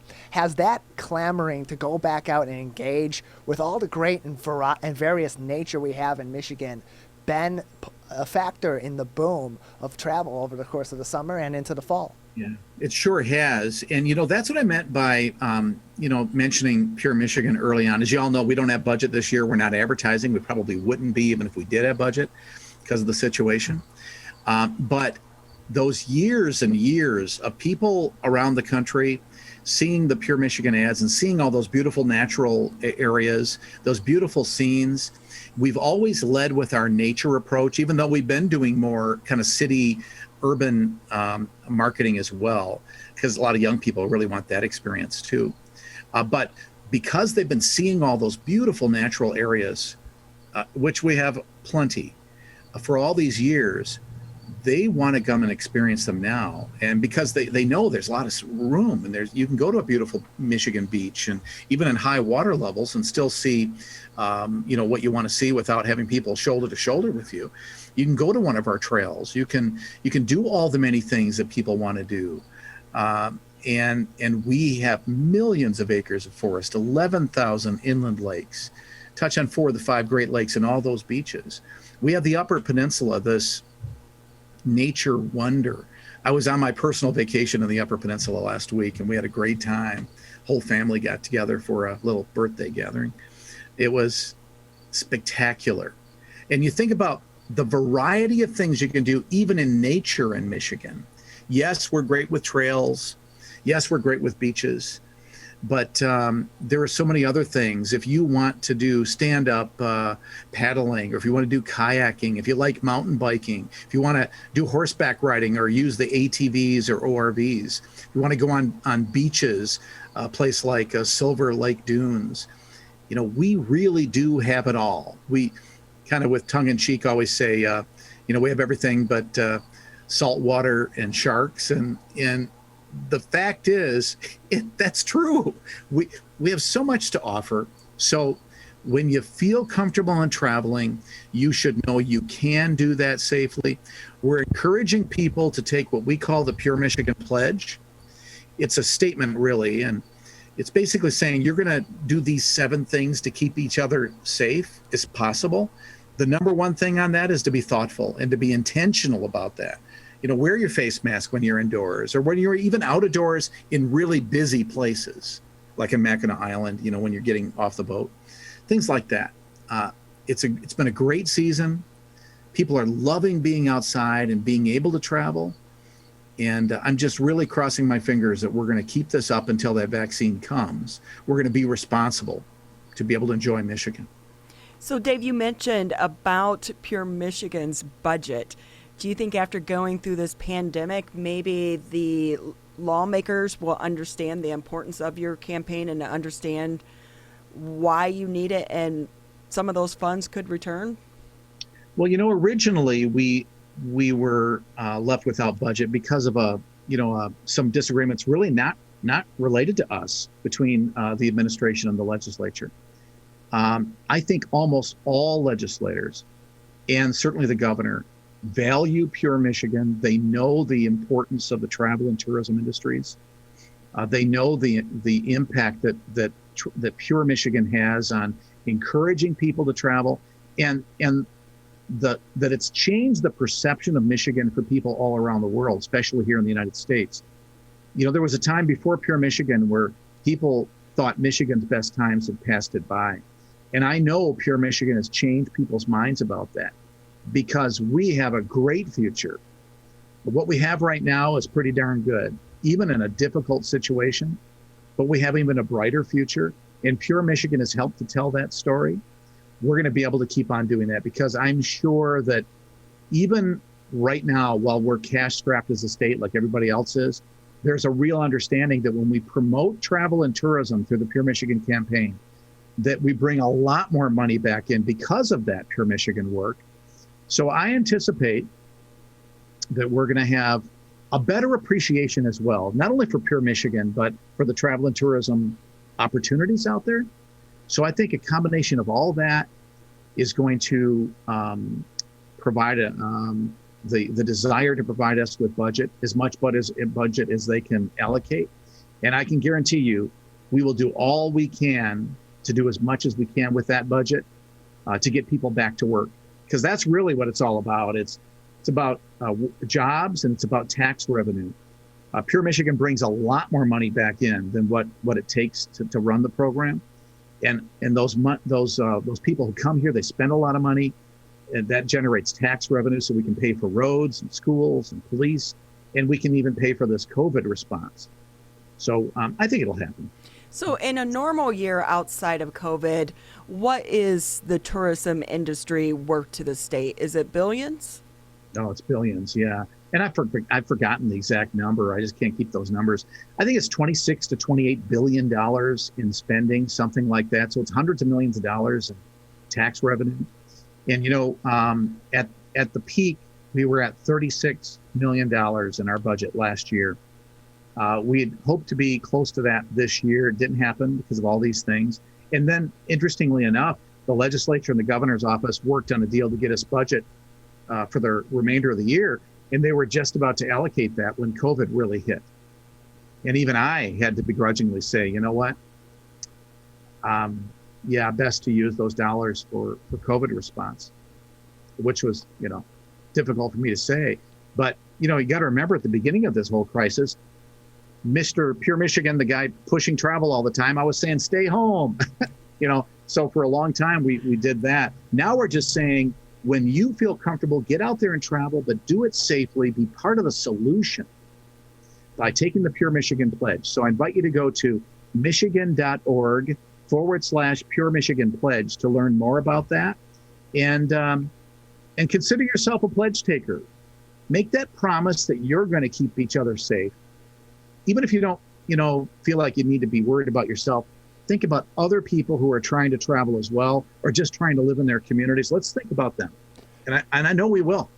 David Lorenz with us, the Vice President of Travel Michigan at the Michigan Economic Development Corporation. Dave, just a couple more minutes with you. We're approaching Labor Day weekend as people are making their plans, getting ready to travel around the state of Michigan, find that place to go for that long weekend. What are a couple of hidden gems in the state of Michigan that you suggest as people are finalizing those plans?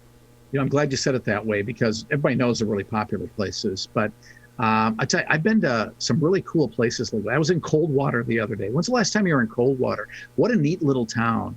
Or Hillsdale. I took a drive from Shanty Creek Resort through the back roads of Michigan just yesterday. And I just love those little towns, where you have the Amish communities and people on, with, the horse and carts and things. You can find those little towns, those little rural towns scattered around Michigan. And I really think that people should check out those areas. So it depends on what you're into. So if you take what we call the Sauk Trail, that 12 corridor that basically goes from Detroit to Chicago, it was an old Native American trail, and then a wagon trail for a while, for all those years. That's got all these cute little towns that were like built in the 1800s, brick front buildings and fun towns with great restaurants and fun people and nice people. I like that, but it depends on what you're into. So consider what you really enjoy. If you're traveling with family, think about your group. And then even if you're traveling with a group, give yourself some options so part of the group can go one place, part of them to the other. I was at the Air Zoo the other day near Kalamazoo in Portage. Spectacular. The Gilmore Car Museum is in that area, so if you're into cars. Of course, the Henry Ford, everybody knows that. But there are these kind of neat little things and places that you can visit. Check them out. You're going to love it.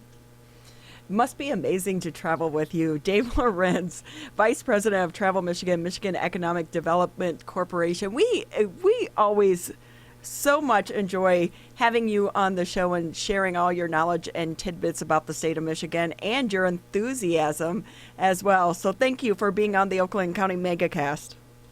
Thank you. I always enjoy being with you guys, too. You do a great job. What a great service for the community. Thank you. Thank you. Well, thank you. We appreciate that. And I will say, Tyler, I'm going up north again next month. I want to see a bear and I want to see a moose. Those are on my list. I never get to see them. Sorry, what'd you say there, Dave? Oswald's Bear Ranch. I was there on my vacation last week. It's near Newberry. It's not a farm and it's not a zoo.